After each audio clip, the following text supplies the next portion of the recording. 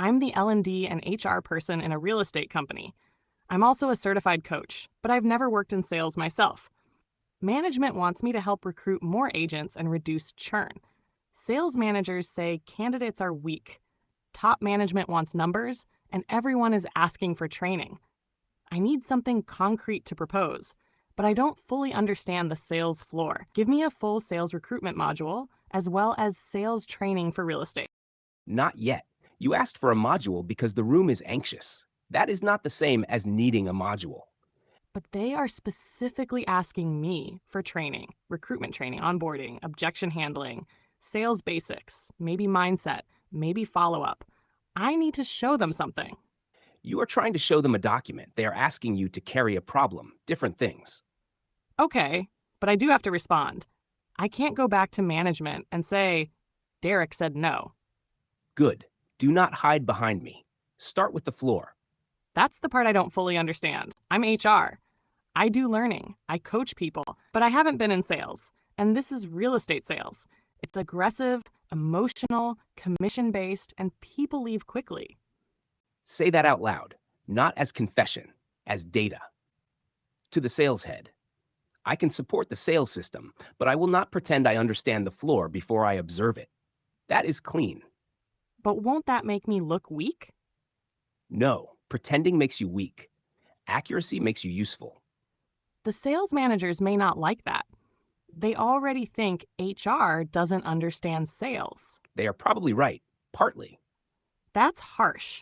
It is useful. You do not understand sales from inside the wound. They do, but they may not understand recruitment, coaching, retention, or training design. So the work is not you replacing them. It is you forcing the system to stop lying about who owns what. That's exactly the issue. Everyone is pushing responsibility around. Top management wants numbers. Sales managers blame the candidates. Candidates leave or underperform. Then HR is told to find better people. Then L&D is told to train them. Then when they fail, everyone says the training didn't work. There. That is the case. Not build a module. The case is responsibility leakage. Responsibility leakage. Yes, the candidate is blamed for selection failure. Training is blamed for management failure. HR is blamed for market difficulty. Sales managers are blamed for churn. Top management asks for numbers without naming the cost of producing them. Everyone is partially right. Everyone is hiding. So what do I propose? First, stop calling it a training problem. Call it a Salesforce entry problem. Salesforce entry problem. Yes. Recruitment, selection, onboarding, field coaching, manager accountability, early churn. One chain, not 4 departments. That makes sense. But they will still ask, what is the program? You give them a pilot, not a full program. Why not a full program? Because they will use it as anesthesia. A beautiful module lets everyone relax without changing behavior. That is conversion drift. Explain that in this context. You start with a real business wound, then the organization converts it into content. Slides, workshops, attendance, certificates, feedback forms. The wound remains, but now everyone can say, we did training. That is conversion drift. So training becomes a hiding place. Often, not always. Here, yes. What would be the right starting point? A sales entry diagnostic. Small, visible, hard to fake. What does that include? 4 things. Observe the floor. Map the exit points. Define ownership. Run one intake experiment. Can you expand that? Yes, but slowly. Do not rush into architecture because you are uncomfortable. Fair. First, observe the floor. You spend time with sales managers, agents, recruiters, and new joiners. You do not coach, you watch. Watch what? Who speaks truth? Who performs confidence? Who avoids the phone? Who blames the leads? Who protects weak recruits? Who humiliates weak recruits? Who knows how to sell but cannot teach? Who can recruit but cannot retain? Who says motivation when they mean fear? That is very real. Good. Second, map exit points. Where do people fall out? Before joining, first week, after first rejection, after no commission, after manager neglect, after discovering the job is harder than the interview promised? We do have a problem with people joining and then disappearing after a few weeks. Then recruitment is not your only problem. Promise mismatch is likely. Promise mismatch? Yes, they are sold a dream. Then they meet the floor. The dream collapses, they leave. That happens. Then do not train them harder into a false promise. Fix the entry truth. That will annoy recruitment. Good. Now the system is becoming visible. Third was define ownership. Yes. Who owns attraction? Who owns selection? Who owns first week survival? Who owns daily activity? Who owns skill development? Who owns morale? Who owns retention? If the answer is everyone, the real answer is no one. That sentence alone is useful. Use it carefully. It will irritate people. It should. Yes, but irritation is not the goal. Clarity is. And the fourth, one intake experiment. Yes, for the next recruitment batch, do not start with a module. Start with truth. What does that look like? A realistic entry briefing. No glamour, no motivational circus. Tell candidates what the job actually costs. Time, rejection, delayed income, daily calls, follow-up, emotional stamina, market uncertainty, manager pressure, client distrust. Then watch who stays interested. So we repel the wrong people earlier. Yes, better early exit than expensive slow exit. Top management may not like that. They want numbers. Then ask them which number. Applicants? Joiners? Active agents after 30 days? First listing? First client meeting? First closed deal? Retention after 90 days? Revenue? They are not the same number. They usually just say, we need more agents. That is fog. So I should ask them to define which number matters. Yes, and which number they are willing to sacrifice. What do you mean? If they want more joiners, quality may drop. If they want better retention, selection may tighten. If they want faster production, managers must coach more. If they want lower churn, they must stop overselling the opportunity. Every number has a price. Ask for the price. That changes the conversation. That is the job, not to make training prettier, to make the hidden trade-off visible. I'm still under pressure to propose something concrete. Can we build the 30-day pilot? Yes, now we can build because now it has a job. What is the pilot called? Sales entry reality pilot. That's a bit blunt. Good. Soft names protect avoidance. Give me the structure. 5 parts. Sales floor observation. Candidate truth briefing. Manager role reset. First 14-day survival rhythm. 30-day review by evidence. That sounds practical. It is practical because it does not pretend training is magic. Let's go through each. Part 1. Sales floor observation. You spend 3 to 5 days watching. You interview quietly, no judgment, no HR police energy. You are not there to catch people. You are there to map reality. Who do I talk to? Head of sales, 2 sales managers, 3 strong agents, 3 struggling agents, 2 recent leavers if possible, recruitment person, 1 admin who sees the chaos. Why admin? Admin sees what leaders sanitize. True. Ask simple questions. Where do new agents get shocked? Where do managers lose patience? What do candidates misunderstand before joining? What do agents pretend to know? What does management demand but not support? Where does morale actually break? Those are good. Do not turn them into a survey. Have conversations. Listen for repetition. Part 2. Candidate truth briefing. Yes, before selection, candidates attend a reality briefing, not a motivational presentation. The company explains the real job, commission reality, lead uncertainty, required daily activity, emotional pressure, time to first income, minimum behaviors, manager support, non-negotiables. Then candidates self-select with clearer eyes. This could reduce candidate volume. Maybe. It may also reduce churn. Again, choose the number. What should the briefing include? 3 sections. What this job gives, what this job takes, what this job will not do for you. Give me examples. What it gives, income upside, autonomy, market exposure, skill growth, personal brand. What it takes, daily prospecting, rejection tolerance, follow-up discipline, unpaid effort before visible reward, emotional control. What it will not do, it will not rescue you. It will not give you instant income. It will not replace discipline with motivation. It will not make weak activity look like strategy. That last one is strong. Use it only if your culture can handle truth. I'm not sure it can. Then start with the cleaner version. This role rewards consistent visible activity, not intention. Better. Good. Part 3. Manager role reset. This is the dangerous one Why dangerous? because managers may want better agents without becoming better entry leaders. That is exactly what happens. Then name it. Privately first, not in a public accusation. How? With new recruits, the manager is not only a sales manager, he is the bridge between promise and reality. That sentence gives them a role, not blame. I like that. The manager's first job is not motivation, it is orientation.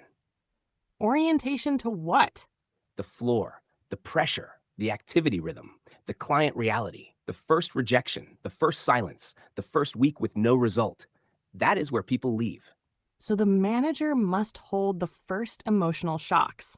Yes, without becoming therapist, without rescuing, without humiliation. That is hard. What should managers actually do in the pilot? Daily 10-minute entry check for the first 14 days, not motivational speeches. 3 questions. What did you do? Where did you stop? What is the next visible move? What about coaching? That is coaching, without perfume. What if the new agent says, I'm demotivated? Manager asks, what action disappeared when motivation disappeared? Then they restore the action, not the mood. Excellent. Part 4. First 14-day survival rhythm. The new agent needs a simple rhythm, not a full sales academy. What rhythm? Daily activity, daily debrief, 1 skill focus, 1 field exposure, 1 emotional reset. Can you make that concrete? Yes. Day 1, reality briefing and role contract. Day 2, shadow a live sales call. Day 3, learn lead categories and client types. Day 4, observe objection handling. Day 5, make first supervised outreach. Debrief fear and avoidance. Day 7, review activity, not confidence. Second week, more calls, more follow-up, more field exposure, basic buyer-seller conversation, pipeline hygiene, manager check-ins. End of day, what moved, what stopped, what is next? This is starting to look like training. Yes. Now training is serving the floor. Before, training was replacing the floor. That is the difference. Good distinction. Part 5, 30-day review by evidence. Not feelings, not attendance, evidence. What evidence? Number of recruits who joined, number who stayed active after 14 days, number still active after 30 days. Daily activity completion, first client conversations, first listings or viewings if relevant. Manager check-in completion, reasons for dropout, candidate expectation mismatch, manager bottlenecks, training gaps that actually appeared. So only after that do we build a proper module. Yes, the module should come from friction, not imagination. This is useful.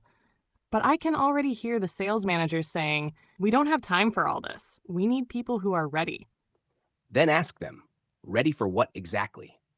They'll say, ready to sell. Then ask what visible behavior proves readiness before we hire them. That will force selection criteria. Yes, managers use vague words when they do not want responsibility. Ready, hungry, strong, serious, good attitude. These are not criteria, they are smoke. So we define observable criteria. Yes, for example, can handle delayed reward, can speak to strangers, can follow up without drama, can accept correction, can sustain daily activity, can communicate clearly, can tolerate uncertainty, can learn the market, can show up on time.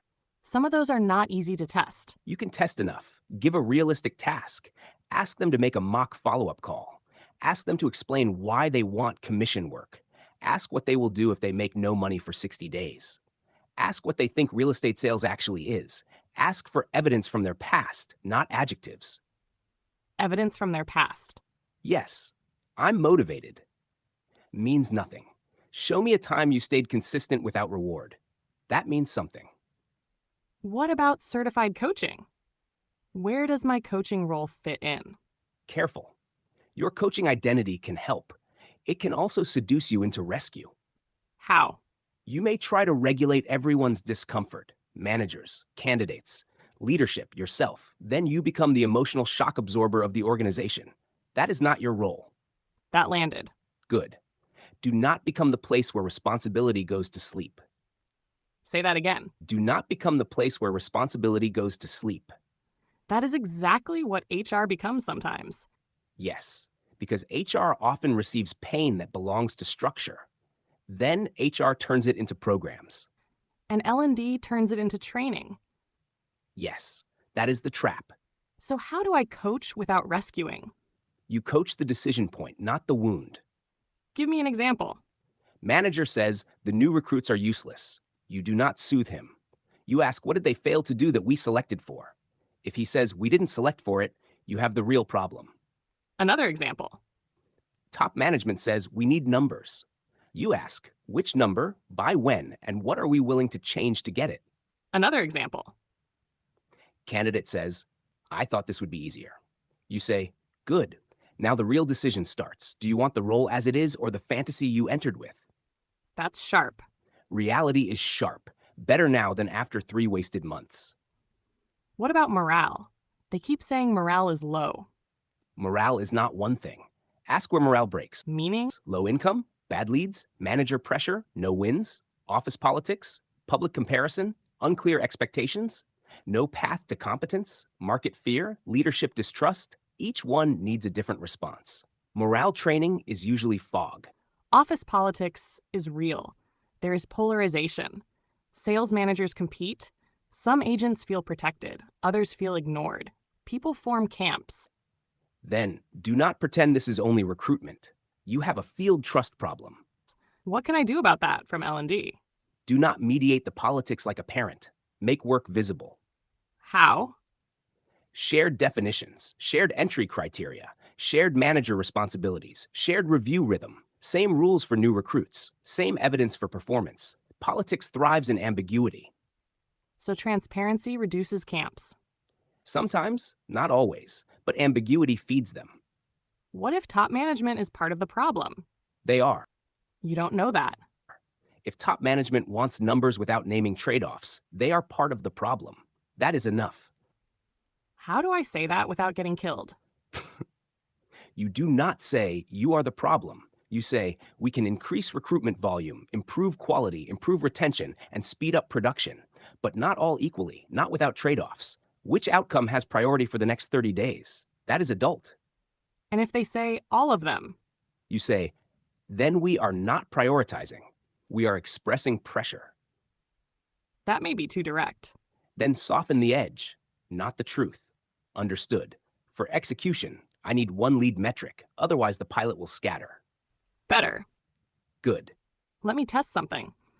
Suppose I propose this pilot, they say no, we need a full training module, just build the module. What do I do? Ask, what decision will the module help us avoid? That's too provocative. Then say, I can build content, but content before diagnosis may hide the actual failure point. Give me 2 weeks to map the floor, then the module will be accurate. That I can say. Say that. What if they say we don't have 2 weeks? Then ask what failed for the last 2 months. Meaning? The urgency is probably old. They are only naming it now. Do not let their delay become your panic. That is important. Yes, HR often inherits late urgency, then becomes frantic. Do not. So emotionally, what is my stance? Calm spine, open ears, no rescue, no false expertise, no beautiful module before contact with the floor. That's a good stance. Use it. I still need to produce something. Can we draft the actual proposal? Yes. 1 page, not a deck. Why not a deck? A deck invites theater. 1 page forces decision. Okay, give me the 1-page proposal. Title, 30-day sales entry reality pilot. Purpose, to identify where recruitment, onboarding, management support, and early sales activity are breaking down, then design training from evidence rather than assumption. Business problem. High churn and weak early productivity are being treated as recruitment or training issues. The pilot will test whether the real breakdown is in candidate expectation, selection criteria, manager handoff, activity rhythm, or early emotional shock. Scope, 1 recruitment batch, 30 days, limited sales team involvement, clear evidence review. Pilot components, sales floor observation, candidate reality briefing, selection criteria reset, manager first 14-day role, new agent activity rhythm, 30-day evidence review, success measures, retention after 14 and 30 days, activity completion, manager check-in consistency, candidate expectation match, early client conversations, dropout reasons, training gaps identified from real behavior, decision required from leadership, which metric has priority for this pilot, recruitment volume, retention, speed to productivity, or quality of hire. This is strong. It is strong because it asks leadership to decide. What about the sales managers? Should there be a separate message to them? Yes, short. What should it say? This pilot is not HR judging sales. It is not L&D replacing sales management. It is a joint attempt to find where new agents are falling out of the system. Your role is essential because the first 2 weeks are where the promise of the job meets the reality of the floor. Good. That reduces defensiveness. Some, not all. What if they still become defensive? Let them. Defensiveness is data. How do I respond? What are you afraid this pilot will expose? Again, too direct. Then, what concern do you have about how this will be used? Better. Yes, same truth, less blade. What if they say, HR will use this against us? You say, then we define the boundary now. This is not an individual blame exercise. It is a system mapping exercise. But if a role has responsibility, we will name that responsibility. That's clean. Good. Now, what about the actual recruitment interview? Can we create questions? Yes. But remember, questions are not magic. The interviewer must listen for evidence. Give me the questions. 10. What do you think real estate sales actually looks like day to day? How long can you work without guaranteed income? Tell me about a time you kept going without immediate results. How do you handle repeated rejection? Give an example. What would make you quit this role in the first month? What do you expect from your manager? What do you expect the company to provide? What activity are you willing to do daily, even when you do not feel motivated? Describe a time you had to learn something complex quickly. Why commission-based sales now? Good. What are red flags? Vague hunger, fantasy income, blaming past employers only, no plan for delayed income, needs constant motivation, cannot describe daily work, says I'm a people person as a full answer. Wants flexibility but not accountability, confuses real estate with lifestyle branding. That one is everywhere. Yes, Instagram sells the job badly, then the floor collects the damage. What are green flags? Evidence of stamina, specific past discipline, comfort with follow-up, clear financial runway, learns from correction, asks serious questions, understands rejection, does not need glamour, can speak plainly. Should we include a role play? Yes, very simple. What role play? Candidate calls a cold prospect who says, I'm not interested. Watch what happens next. What are we looking for? Do they collapse? Do they argue? Do they beg? Do they ask one clean question? Do they stay human? Do they recover? You are not testing sales mastery. You are testing nervous system behavior under small rejection. That is very good. Use it. Now for training. What are the first skills we should teach? Only after entry reality. But yes, first skills, role reality, client conversation basics, question-led selling, follow-up discipline, objection handling, pipeline hygiene, emotional reset after rejection, market basics, ethics and expectation setting. Can we build the first 2 weeks around those? Yes, but keep it light. New agents do not need a university. They need enough to move without lying to themselves. Give me the 2-week training rhythm. Week 1, orientation and first movement. Day 1, role reality, company expectations, survival contract. Day 2, market basics and client types. Day 3, shadow calls and debrief. Day 4, first script skeleton, not memorized script. Day 5, supervised outreach. Day 6, rejection, debrief, and emotional reset. Day 7, activity review. Week 2, repetition and correction. Day 8, needs discovery questions. Day 9, buyer-seller qualification. Day 10, follow-up practice. Day 11, objection handling. Day 12, viewing, listing conversation basics. Day 13, pipeline review. Day 14, decision review, continue, pause, or exit. Continue, pause, or exit. Yes, do not drag the wrong person forward to protect feelings. That sounds harsh from HR. It is kinder than slow failure. How do we frame it? At day 14, we review fit from both sides. This is not punishment. It is early truth. Good. Good. What about retention? Beyond the first 2 weeks. Retention begins before hiring, with truth, then continues through manager rhythm.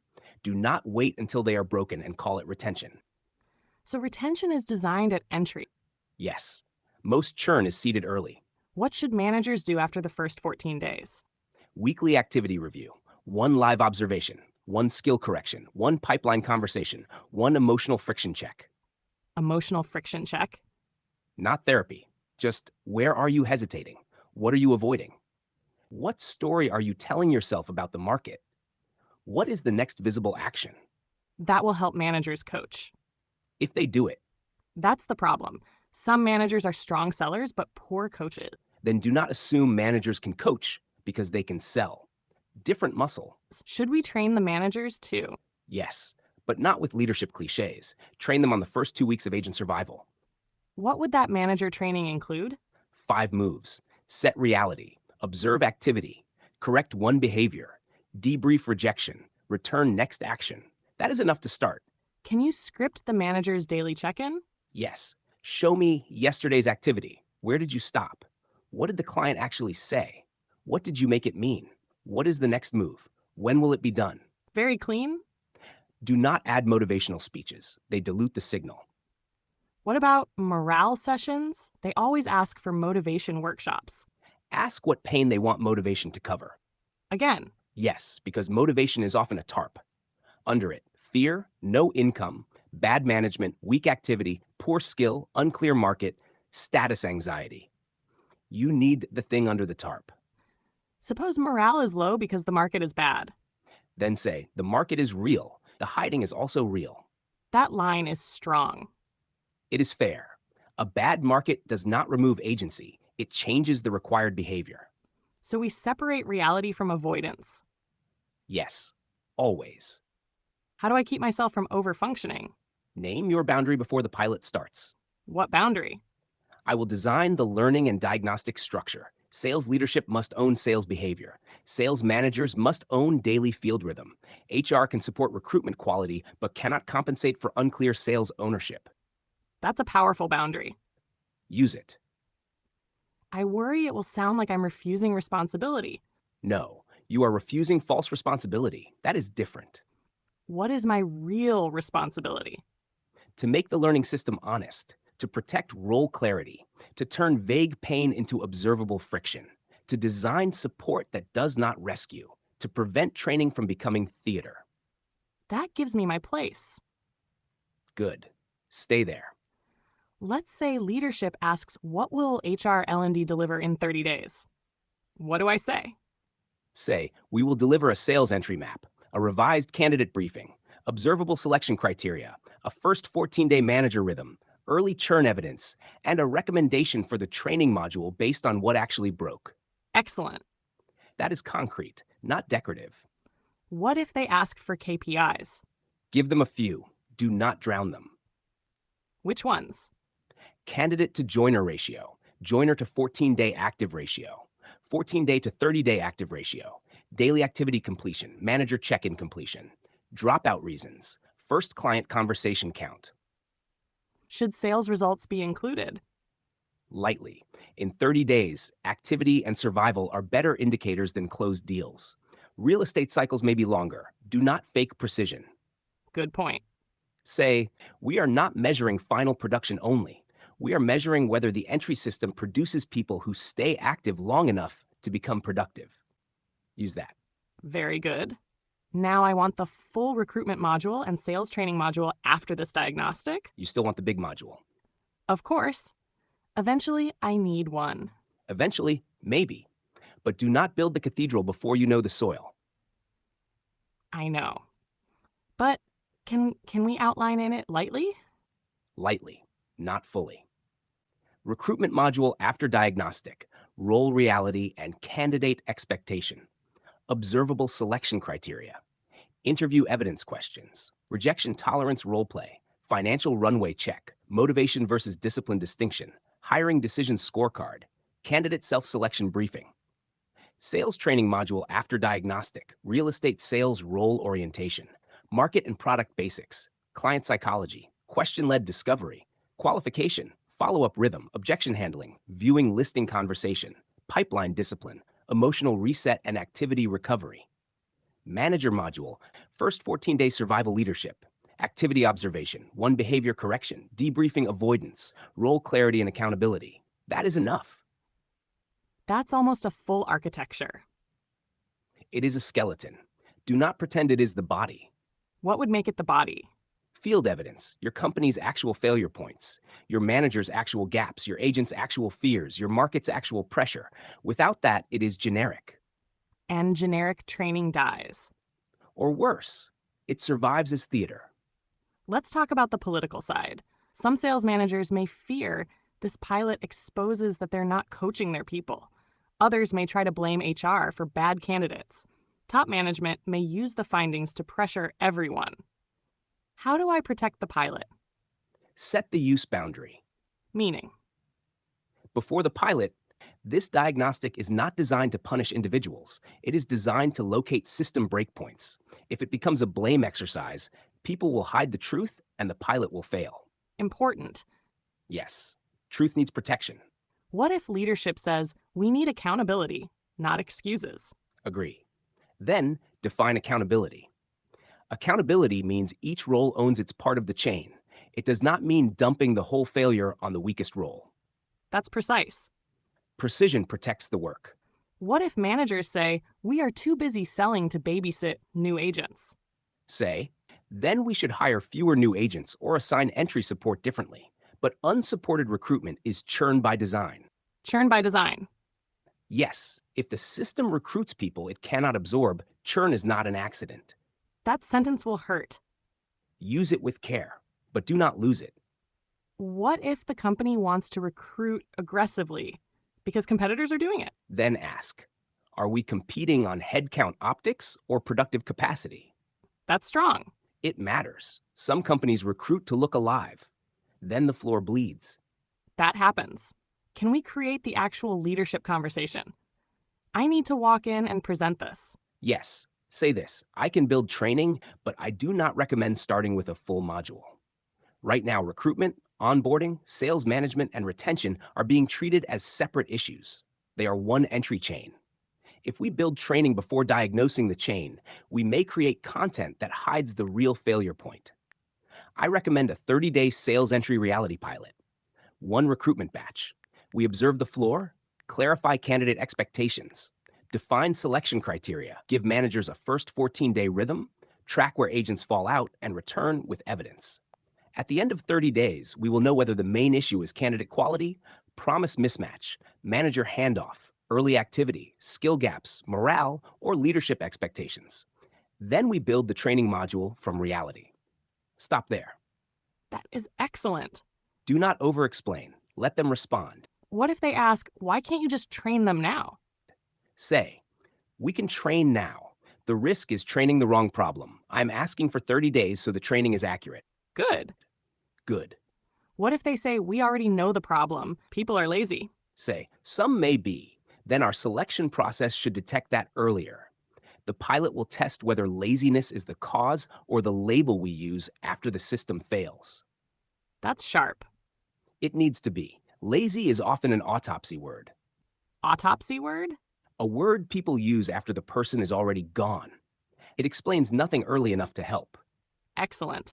Good. What if they say, the market is bad, nobody can sell now? Say, then the pilot must identify the behaviors that still matter in a bad market. If the market is hard, we need sharper activity, not vaguer morale. And if agents are genuinely demoralized? Then do not insult them with hype. Give them reality, skill, rhythm, and visible support. What about emotional regulation for agents? Teach reset after rejection. Simple, not therapy. What does that look like? After a bad call, what happened? What did the client say? What did you make it mean? What is still true? What is the next action? That is enough. This can be taught to managers. Yes, and to agents. I want to include coaching principles without calling it therapy. Then call it field reset.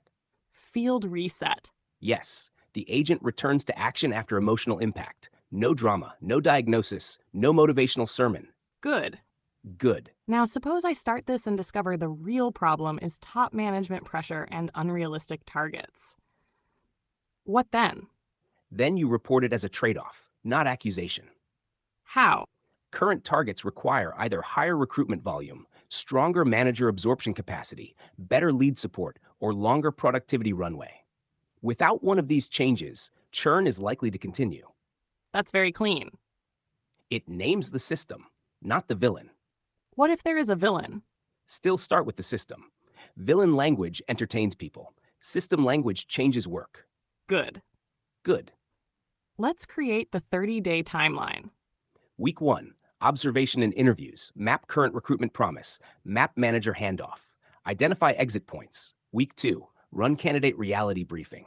Use revised selection questions. Introduce manager first 14-day check-in. Start activity tracking. Week 3, observe new agent behavior. Debrief managers. Identify early friction. Correct one bottleneck. Week 4, review evidence. Map causes. Recommend training architecture. Leadership decision meeting. What does correct one bottleneck mean? Do not try to fix everything. Maybe candidates do not understand commission reality.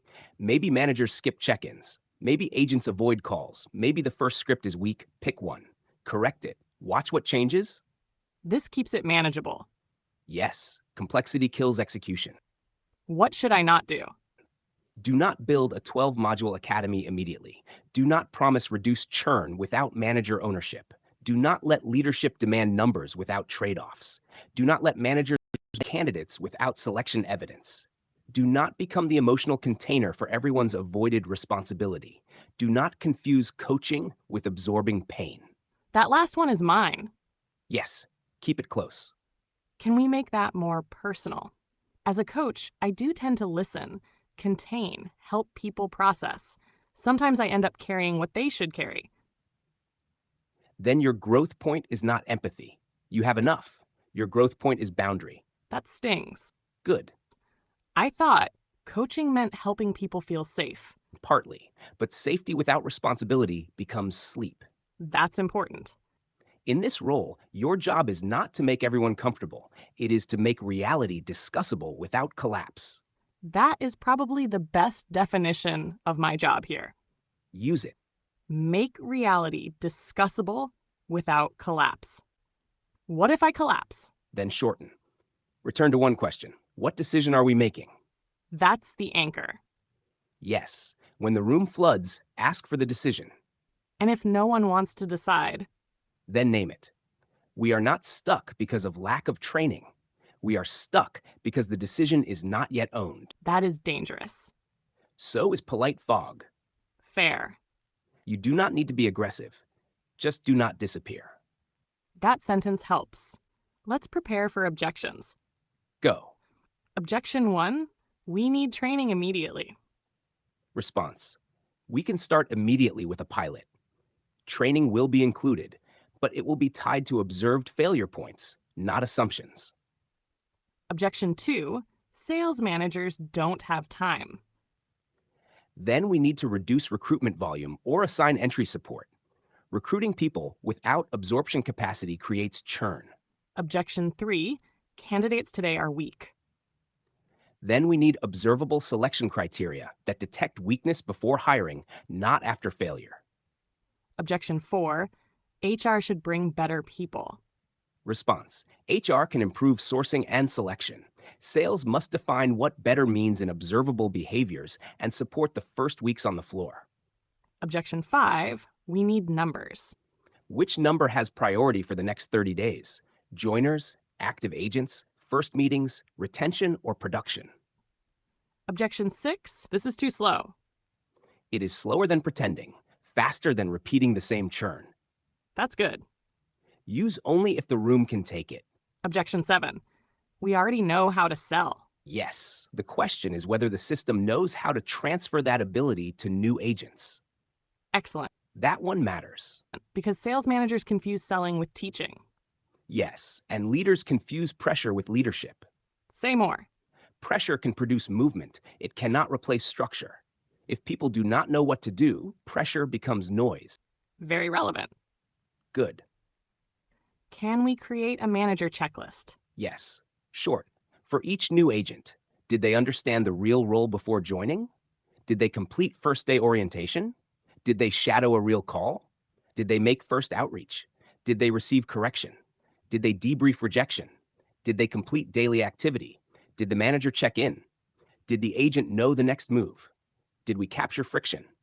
That's usable. Good. What about candidate scorecard? 7 criteria: reality understanding, financial runway, rejection tolerance, activity discipline, communication clarity, coachability, reason for choosing commission sales. Score each from 1 to 5. But do not let the score replace judgment. What would make someone a no? No financial runway and fantasy expectations. Needs guaranteed comfort. Cannot describe daily activity. Blames everything external. Refuses correction. Wants status more than work. Some of those people can still become good. Maybe. But your company is not a rescue shelter. That sounds harsh for HR. Say it internally, not publicly. The public version: we need to avoid placing people in a role whose demands they do not yet understand or cannot currently sustain. Better. Same truth. Cleaner clothing. What about diversity of backgrounds? Some people from non-sales backgrounds may succeed. Yes. Do not screen for sales background only. Screen for behavioral evidence. Many good salespeople came from other fields, but they had stamina, communication, learning speed, recovery after rejection. That helps. Good. Now, what would the final training module look like after the pilot? I will give you the frame. Do not fill it yet. Okay, Module 1, the real job. Purpose: destroy fantasy early. Module 2, the market and the client. Purpose: replace vague enthusiasm with context. Module 3, daily activity rhythm. Purpose: make work visible. Module 4, first conversation. Purpose: stop pitching too early. Module 5, questions and qualification. Purpose: understand before selling. Module 6, follow-up. Purpose: prevent leakage. Module 7, objections. Purpose: stay oriented under resistance. Module 8, pipeline. Purpose: know where money actually is. Module 9, emotional recovery. Purpose: return to action after rejection. Module 10, manager review. Purpose: keep learning attached to the floor. this is enough for now. Yes, do not overbuild. I can feel the urge to create the whole academy. That urge is anxiety wearing productivity. Wow. Watch it. Anxiety wearing productivity. Yes, organizations love that costume. So, do L&D people. Yes, because output feels safer than confrontation. That is painfully true. Then stay with the confrontation, gently, firmly. What is the confrontation? This: training cannot compensate for unclear ownership. Recruitment cannot compensate for false promises. Managers cannot blame agents for what they did not select or support. Leadership cannot demand numbers without paying the structural price. HR cannot rescue the system by becoming more helpful. That is the whole thing. Yes, that is the spine. Can we turn that into a private note for myself? Right. My role is to make the sales entry chain visible. I am not here to pretend expertise I do not have. I am not here to rescue sales managers from their role. I am not here to turn organizational avoidance into training content. I am here to observe reality, clarify ownership, protect the candidate promise, and design learning from evidence. That's very grounding. Good. Read it before the meeting. Now let's simulate the leadership meeting. I'll be me. You be top management and sales manager. No, you do not need theater now. You need your opening. Say it. Okay. I know the company needs more agents and better retention. I can build training, but I don't recommend starting with a full module immediately. The issue seems to be wider than training. It includes recruitment promise, selection, manager handoff, early activity, and morale. I recommend a 30-day pilot to map where new agents are falling out, then build the training based on evidence. Good. Remove seams. Why? It weakens your spine. You can say maybe later, but the opening needs clarity. Okay. The issue is wider than training. Better. Continue. The pilot would include floor observation, candidate reality briefing, selection criteria, manager check-ins for the first 14 days, and a 30-day evidence review. Now ask for decision. We need to decide which metric matters most for this first pilot. More joiners, better retention, faster productivity, or quality of hire. Excellent. Then shut up. Really? Yes, do not rescue the silence. That will be hard. That is your practice. What if they look at me like I'm complicating things? Let them look, then say, if we do not choose, the pilot will scatter. What if the sales manager says, "This is HR theory. Sales is simple. Bring hungry people." Say, good, let's define hungry and observable behavior so we can select for it. Excellent. Do not argue. Translate slogans into behavior. That is a great rule. Use it everywhere. Translate slogans into behavior. Yes, hungry, committed, serious, resilient, team player, leader, all need behavior. Otherwise, they're decoration. What if top management says, "We don't need a pilot, we need action"? Say, the pilot is action. It changes the intake, manager rhythm, and measurement immediately. What it avoids is blind content. Good. What if they approve but don't cooperate? Good, then the pilot reveals that. Meaning. If managers do not check in, that is evidence. If leadership does not choose a metric, that is evidence. If recruitment keeps overselling the role, that is evidence. If no one wants evidence, that is the diagnosis. That's important. Yes, a failed pilot can still tell the truth. How do I avoid being blamed if they don't cooperate? Set the conditions in writing. What condition? Pilot requires one leadership sponsor, one sales manager owner, access to observe the floor, permission to revise candidate briefing, manager participation in first 14-day rhythm, agreement on priority metric, 30-day review meeting. Without these, do not call it a pilot. Call it a request for training content. That distinction matters. Yes, do not let them buy the name without the conditions. That's exactly what companies do. Yes, they approve language and avoid change. So I need to protect the meaning of the pilot. Correct. This is becoming more like organizational consulting than L&D. It was always that. You were just asked to dress it as training. That's true. Good. Let me ask one more thing. Since I have not lived sales, how do I earn credibility with sales managers? Do not pretend. Enter as observer. Honor their field knowledge. Then ask sharper questions than they expect. Like? Where does a new agent first meet reality? What do they believe before joining that collapses after joining? What do you wish HR screened for before the candidate reaches you? What do you do in the first week that increases survival? Where do you lose patience with them? What do strong agents do in week 1 that weak agents avoid? What do you call laziness that may actually be fear? That last one is risky. Use it only with someone mature. What if I'm with a defensive manager? Ask cleaner, what behavior do you see before they disengage? Good. Good. What if I discover the managers themselves are demoralized? Then separate their pain from their role. How? The pressure on you is real. The new agents still need a first week rhythm. What is the minimum rhythm you can actually sustain? That is fair. Yes. No rescue. No denial. What if they say, "Nothing, we can't sustain anything"? Then leadership has a capacity problem, not an L&D problem. Not an L&D problem. And I report that? Yes, current management capacity cannot absorb the recruitment volume being requested. That is a hard truth. It may save money. I think I have enough. Can you give me the final proposal in polished form? Yes, but not too polished. Polish can sedate. Understood. Here, 30-day sales entry reality pilot purpose. To identify where new real estate agents are falling out of the system before building a full recruitment or sales training module. Core view. This is not only a training issue. Recruitment, candidate expectations, selection, manager handoff, early activity, and morale are one entry chain. If one part breaks, the whole chain produces churn. Pilot scope. One recruitment batch, 30 days. Sales, HR, L&D, and sales managers involved. Evidence-based review at the end. Phase 1, observe the floor. L&D HR observes the sales environment, interviews key people, and maps where new agents struggle or exit. Phase 2, clarify the candidate promise. Candidates receive a realistic briefing on the role, commission reality, daily activity, rejection, time to income, manager support, and non-negotiables.